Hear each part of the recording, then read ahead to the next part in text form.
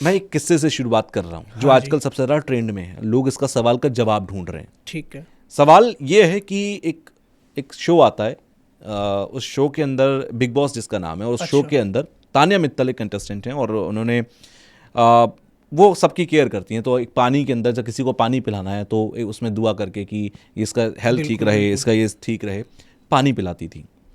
जिसको पिलाया उसने बाहर आने के बाद, शो से बाहर आने के बाद ये कहा कि वो मुझ पर जादू टोना करती थी, वो मुझे फूंक कर पानी पिलाती थी। अच्छा। अब इस तरीके के आरोप लगे। लोग ये जानना चाहते हैं कि किसी के फूंक कर पानी दे देने से क्या कुछ हो जाता है। तो यहीं से शुरुआत करता हूँ, क्या ये फूंक कर पानी देना या किसी चीज पर फूंक कर खिला देना, क्या ये तंत्र का एक हिस्सा है? बिल्कुल है, क्यों नहीं है। ये एक तंत्र का भी हिस्सा है। और दूसरा जो मौलवी हाँ। फूंक के पानी पिलाते हैं या उसमें कुछ थूक देते हैं, तो वो एक तंत्र का हिस्सा है। उनका भी एक तंत्र है, हमारा भी एक तंत्र है। ठीक है। तंत्र में ऐसी चीज़ें काम ली जाती है, जैसे आपको कुछ मीठे में डाल के दे दिया, चाय में डाल के दे दिया, खाने में डाल के दे दिया, या आपको पानी में डाल के दे दिया। ठीक है। कुछ ऐसी भी चीज़ें होती है, या जो रिंग वगैरह होती है जो पत्थर को सिद्ध करके रखा है, या फिर उन्होंने जो मंत्र अभिमंत्रित किए हुए हैं और वो उस पर मंत्र जाप करके और फूंक देते हैं, तो वो पानी अभिमंत्रित हुआ होता है। अच्छा। तो अगर वो आपको पानी पिला दिया जाता है तो उस वक्त जितना वो व्यक्ति समय चाहता है उससे कि इतना इसका माइंड डाइवर्ट हो जाए, तो उतने समय तक उसका माइंड डाइवर्ट रख सकता है। उसका माइंड उसकी तरफ से ही चलेगा। जैसे मैंने आपको कोई पानी दिया तो आपने पिया, पीने के बाद में आप अपने दिमाग से नहीं चल रहे हो, आप मेरे दिमाग से चल रहे हो। अच्छा। हाँ जी। तो आप ये कह रहे हैं कि जिसने भी वो पानी पिया, हाँ, उसके दिमाग पर वो शख्स कब्जा कर सकता है। ये कोई भी कर सकता है या इसके लिए एक सिद्धि की जरूरत है? इसके लिए एक सिद्धि की भी जरूरत होती है। दूसरी बात कि अदरवाइज कोई भी अगर तंत्र की आपके पास में चीज़ है सिद्ध की हुई और आपको उसी काम के लिए ही वो चीज़ सिद्ध करवाई हुई है, जैसे बहुत बड़े बिजनेसमैन भी होते हैं या कोई नॉर्मल व्यक्ति भी, मान लो दुकान वाला, कि भाई हमारी शॉप पे कई बार हमारा कारोबार नहीं चलता है, तो कुछ ऐसा यंत्र लगा देते हैं कि वो व्यक्ति आकर्षित हो। अच्छा। तो ऐसी ये चीज़ें होती है ना। जैसे माला का मनिया मान लो, या अंगूठी मान लो, या कुछ मंत्र जो उसने सिद्ध किए हुए हैं। तो सिद्ध करने में तो समय लगता है, पर आपके पास सिद्ध की हुई चीज़ है तो उसमें आपको समय नहीं लगेगा। अच्छा। हाँ जी। मतलब आपने, मान लीजिए कि मैं आपके पास आया, आपने मुझे कोई मोती सिद्ध करके दे दिया, पढ़कर दे दिया, अब मैं उसका इस्तेमाल कहीं भी कर सकता हूँ? कहीं पे भी कर सकते हो। जरूरी नहीं कि मैं तांत्रिक हूँ तभी कर पाऊंगा? नहीं नहीं, कहीं पे भी कर सकते हो वो। अच्छा। हाँ तो ये लोग जो सवाल का जवाब ढूंढ रहे हैं, आप अपने सवाल का जवाब ढूंढ सकते हैं जो अभी महाराज ने कहा। बिल्कुल। अब मैं इस पर आता हूँ कि तंत्र को लेकर ना बहुत सारी बातें होती हैं। हाँ जी। कोई तंत्र को वशीकरण समझ लेता है, कोई तंत्र को सम्मोहन समझ लेता है, कोई मारण उच्चाटन, बहुत सारी चीज़ें हैं जो अलग अलग तरीके से लोग समझते हैं। हाँ जी। बेसिकली तंत्र को, कि आपने एक अपनी प्रैक्टिस की, तंत्र को बहुत करीब से समझा और वो सिद्धियां आपके पास है, जिस पर मैं अभी आऊँगा, पूछूंगा सही आपसे। है। तंत्र आपको क्या लगा, क्या कितनी बड़ी शक्ति तंत्र है? देखो, वैसे तो ये मेरी पुश्तैनी चीज़ें हैं, जी। जैसे विरासत में मिली हुई कोई चीज़ हो, है ना, तो वैसे ही है। क्योंकि मेरे पिताजी करते थे तो ये चीज़ें मेरे को नॉर्मली तो आती वो है। उनकी जो ऊर्जाएं थी वो भी आपके पास आई? बिल्कुल है, उनका कपाल सिद्ध किया हुआ है। अच्छा। जो उन्होंने कपाल सिद्ध किया था आज वो मेरे पास में है। दूसरी बात की है हमारी पुश्तैनी चीज़ें, अगर आपके कोई पिताजी का कार्य होगा तो आप उसमें हाथ बटाओगे तो वो आपको शुरू से ही उसका अनुभव होगा, वो आपको सीखने की जरूरत नहीं है क्योंकि वो आपके खून में रमा हुआ है। बिल्कुल। तो वैसे ही वो चीज़ें थी, क्योंकि जब मेरे पिताजी क्रिया करते थे ना, तो उस वक्त सामान को सेट करना या कोई भी चीज़ उनको दे देना हाथ में, तो वहाँ पे मैं बैठ के देखता था।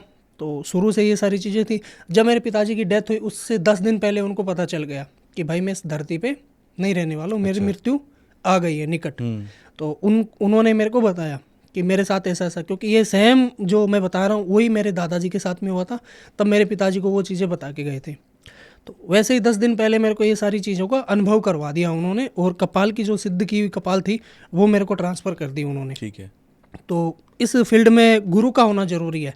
हाँ, हमारे पास में पूर्वजों की जो पावर है वो है, पर इस फील्ड में हम चल रहे हैं तो इसमें गुरु का होना ज़रूरी है, क्योंकि आने वाला समय और भी ख़राब है, और भी बुरी चीज़ें हैं। तो इसमें अगर गुरु का अनुभव होता है और हमारे साथ में गुरु मंत्र होते हैं, उससे हम हमारी रक्षा कर सकते हैं कि अगर सामने हमसे भी पावरफुल चीज़ आ जाए वो हमारे कंट्रोल में ना रहे। इसीलिए इस फील्ड में गुरु का ज़रूरी है। अगर कुछ व्यक्ति ऐसे ही मंत्र वगैरह उठा के, मेरे पास तो ऐसे बहुत सारे केसेस आए हुए हैं। जैसे एक लड़का था अपनी गर्लफ्रेंड के ऊपर वशीकरण करवा रहा था। अच्छा। ठीक है। अब वो वशीकरण बहुत सारे लोग बैठे हैं जो चंद पैसों के लिए करने के लिए तैयार है, पर वो करके नहीं देते हैं, बार बार पैसों की डिमांड करते हैं। वो हार थक के उसने वशीकरण मंत्र उठाया यूट्यूब से, और उसकी जो क्रिया थी वो करने के लिए बैठ गया। अब जो वशीकरण मंत्र है तामसिक भी है सात्विक भी है, बिल्कुल। उसने उठाया तामसिक। अब तामसिक में कुछ कुछ चीज़ों का भोग लगता है। अगर हम कोई चीज़ को बुलावा देंगे तो वो तो आएगी, वो तो हमारी गलती है कि हम सामने वाले को बुला रहे हैं। वो उसको झेल नहीं पाया। अच्छा। ठीक है, वो उस पावर के ही वश में हो गया। अच्छा। हाँ, जिस पावर को उसने आह्वान किया था, उसको बुलाया था ना, वो उसी के कंट्रोल में चला गया। वो चला था उल्टी पे लड़की पे वशीकरण करने के लिए, और वशीकरण उस पावर ने कर लिया उसके ऊपर। तो आज भी उसके दिमाग पे ये सारी चीज़ें हैं। और ये जब सिद्धियां आती हैं या जो ताकतें हैं वो आती हैं, शक्तियां आती हैं, किसी का वशीकरण करके, उस लड़के का क्या हुआ फिर आगे, क्या करती हैं फिर उसके साथ? वो लड़के के साथ में, अगर वो जो एंटिटी मैं आपको बता रहा हूँ, वो प्रेत था एक नवजात जो शिशु होता है, 18-20 साल की उम्र का वो लड़का था। किसी की डेथ हो गई थी उसकी अकाल मृत्यु से। तो उसका आह्वान किया उसने, क्योंकि इससे प्रेतराज सरकार का आह्वान करना होता है। तो जो प्रेत, जैसे हमारे सरकार होती है इंडिया में, जो सरकार है, मोदी जी है, योगी जी है, बिल्कुल, तो उनका आह्वान करते हैं तो वो कोई ना कोई चीज़ को भेजेंगे अपने पास में कि ये मेरा बंदा आ रहा है, ऐसे ऐसे कर देगा। तो वैसे ही शमशान की जो ताकत होती है वो होती है प्रेतराज सरकार, जो प्रेतों के मेन होते हैं जी। तो हम उनका आह्वान करते हैं तो वो कोई एंटिटी भेज देते हैं हमारे पास में, और उससे हम काम करवा सकते हैं। अच्छा। तो उसने उसका आह्वान किया था, वो चीज़ें आई थी, पर उनको पता नहीं था कि मैं इस चीज़ को कैसे चलाऊँ। अगर आपको बाइक चलाने नहीं आती, आप बैठोगे तो उस पर गिरोगे। बिल्कुल। तो वो सिंपल सी बात है। उसने काम हाथ में लिया अपना कि भाई मैं ही कर लूँगा, मेरा काम, किसी के पास में जाने की ज़रूरत नहीं है। तो उल्टा पड़ गया उसके ऊपर। अब ऐसे तो मेरे पास बहुत सारे केसेस आते हैं, मारन के भी आते हैं, मोहन के भी आते हैं, ब्लैक मैजिक के भी आते हैं, और वशीकरण के भी आते हैं। सबसे ज़्यादा क्या आता है? सबसे ज़्यादा तो आजकल ट्रेंडिंग चल रहा है वशीकरण। अच्छा। 2 दिन लड़की नहीं बात नहीं कर रही है, गुरुजी मेरे को इसके ऊपर वशीकरण करवाना है। 10 साल का अफेयर है, मेरे को वो छोड़ के चला गया या छोड़ के चली गई है, लड़का हो चाहे लड़की हुई है। हाँ, अगर किसी को नीड है, काफ़ी ज़्यादा लोग तो गलत भाव से ही आते हैं कि भाई मैं इसके ऊपर वशीकरण करवा लूँ तो इसका गलत इस्तेमाल करता हूँ। हमको तो काम की ज़रूरत है, हम तो काम करते हैं, अच्छा बुरा आप जानो। अगर आप गाड़ी निकलवा रहे हो तो कंपनी वाला तो ये नहीं देखेगा ना कि आप उसमें क्या करोगे, आप अपनी फैमिली को घुमाओगे या इसमें शराब वगैरह सप्लाई करोगे या कुछ बुरी चीज़ें हैं जो आप इसका प्रयोग करोगे, तो उसका तो ये दोष नहीं है, वो तो आपका है। तो वैसे ही हमारे पास में आते हैं बहुत सारे लोग, तो हम करते हैं, तो उनका कर्मा उनके ऊपर निर्धारित होता है कि वो जो चीज़ें करवा रहे हैं वो सही के लिए करवा रहे हैं, गलत के लिए करवा रहे हैं। अगर वो गलत के लिए करवा रहे हैं तो उनको ही भुगतना होगा। अगर वो सही के लिए करवा रहे हैं, जैसे गर्लफ्रेंड बॉयफ्रेंड है, वो एक दूसरे से दूर हो चुके हैं और उनका जो रिश्ता था वो काफ़ी क्लोज था, हस्बैंड वाइफ के जैसा, तो किसी न किसी वजह से, जैसे कई बार ये भी हो जाता है कि लड़की की फैमिली, लव मैरिज में तो अक्सर मानते भी नहीं है कोई, घर वालों को चलो लड़के की फैमिली मान जाती है क्योंकि उनको पता लड़का तो छोड़ के जाएगा नहीं, अपने पास में ही लेके आएगा। पर लड़की वाली फैमिली ये सोचते हैं कि नहीं हम अरेंज मैरिज करें, क्योंकि वो एक इज्जत का सवाल होता है। बिल्कुल। तो अरेंज मैरिज करने की सोचते हैं और हमारे समाज में ही इसकी शादी हो, तो कई बार उसके घर वाले भी लड़की के ऐसी चीज़ें करवा देते हैं कि उससे मुँह वो हो जाए, उससे अलग हो जाए उस लड़के से। तो मैंने एक वशीकरण किया था, आपको मैं दिल्ली की बात बता रहा हूँ, दिल्ली की। तो वहाँ पे जो लड़का था वो अच्छा खासा था, 2 पैसे भी थे उसके पास और लड़की के पास भी थे, मतलब कोई किसी की ज़रूरतमंद नहीं था वो, है ना, अच्छी जॉब भी थी उनके पास में भी थी, एक दूसरे को प्यार करते थे। पर उनके जो लड़की के पिताजी थे ना, वो बिजनेसमैन थे, करोड़ों का एम्पायर था उनका। तो वो चाहते थे कि मैं एक अच्छा लड़का देख के इसकी शादी करूँ, ठीक है, इस लड़की की मैं शादी करूं। और उस लड़की का पता था कि ये लड़की उस लड़के से बातचीत करती है और रिलेशन में, लड़का भी बुरा नहीं था, पर वो चाहते थे कि हमारी फैमिली में ये शादी हो, हमारी कास्ट में ये शादी हो। तो उनकी माता ने ये सारी चीज़ें करवा दी थी इनके ऊपर, लड़की के ऊपर कुछ कपड़े के द्वारा, कि ये मेरे कंट्रोल में रहे, उस लड़के से वो दूर हो जाए। तो मैंने जब ये काम देखा तो लड़की भी प्यार कर रही थी और लड़का भी प्यार करता था। अब एक दूसरे को दूर करने वाली कौन? उस लड़की की माँ। इसने महामोहिनी वशीकरण का प्रयोग करवा लिया और लड़की को अपने कंट्रोल में कर लिया। अब धीरे धीरे लड़का घूमता फिरता सारी जगह जाके आया, तो मेरे को मणिकर्णिका घाट पे मिला वो। अच्छा। काशी विश्वनाथ दर्शन करने के लिए गया था। तो मैं रात 12:30 बजे को मेरी साधना स्टार्ट होती है, तो मैं वहीं पे बैठा था, माला जप कर रहा था।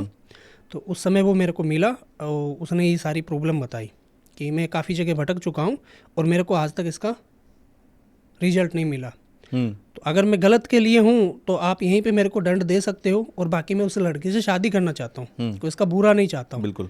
और ना ही मेरे को उसकी प्रॉपर्टी से मतलब है, ठीक है। मेरे पास में भी, खुद के पास में भगवान का दिया हुआ सब कुछ है। तो मैंने काम देखा तो वो लड़का सही था, फिर मैंने उसके ऊपर वशीकरण किया उस लड़की के ऊपर, और जो घर वालों ने इसके ऊपर जो चीज़ें छोड़ी थी उसको रिमूव किया। आज उसकी फैमिली भी खुश है, लड़की की फैमिली भी खुश है। मतलब जो लव मैरिज थी वो अरेंज मैरिज में तब्दील हो गई। सब लोग मान गए सब। अभी आपने बीच में कहा कि वो लड़का आया, उसने कहा कि आप देखो, अगर मेरी गलत नीयत है तो आप दंड देना, अदरवाइज मेरा काम कर देना। बिल्कुल।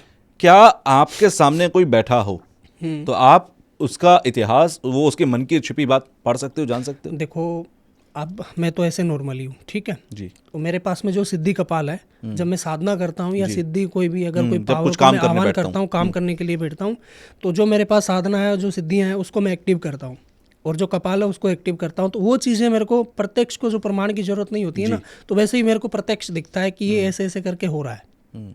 हाँ जी। तो आप ये मतलब किसी के भी मन की, क्योंकि बहुत सारे लोग कहते हैं कर्ण पिशाचिनी, जिसका मैं बात मन करता की हूँ। बात तो किसी की नहीं पढ़ सकते हैं, पर बाकी इसकी लाइफ के अंदर क्या होने वाला है और क्या उसके सामने वाले व्यक्ति के ऊपर अगर हम कोई इसको चीज़ देते हैं या कोई पावर भेजते हैं तो उसके साथ दुर्व्यवहार तो नहीं होएगा, ये उसका सही इस्तेमाल करेगा या गलत, तो वो हम देखते हैं बस। कर्ण पिशाचिनी का बहुत जिक्र होता है इस मामले में, जब भी बात किसी के मन की बिल्कुल, जानने की हो। बिल्कुल, हाँ ये काम करती है? क्यों नहीं करती है? जैसे अभी बागेश्वर बालाजी है, ठीक है, कुछ लोग कह रहे हैं कि उनके पास बालाजी की सिद्धि है, ये है जो है। ये काफ़ी लोग और भी बैठे हैं जो कहते हैं कि मेरे में माता काली आती है या भैरव आते हैं। अरे भाई, वो जब भगवान आएंगे तो तेरा शरीर फट जाएगा। वो कोई एंटिटी को सिद्ध करके जी। और उसका नाम दे देते हैं, भगवान का नाम दे देते हैं, उसको पूजते हैं, क्योंकि वो पॉजिटिव रिजल्ट्स देती है। क्योंकि जब किसी एंटिटी को कुछ खाने के लिए या कुछ उसके रिलेटिव मिलता है जी। तो वो उसका काम करती है।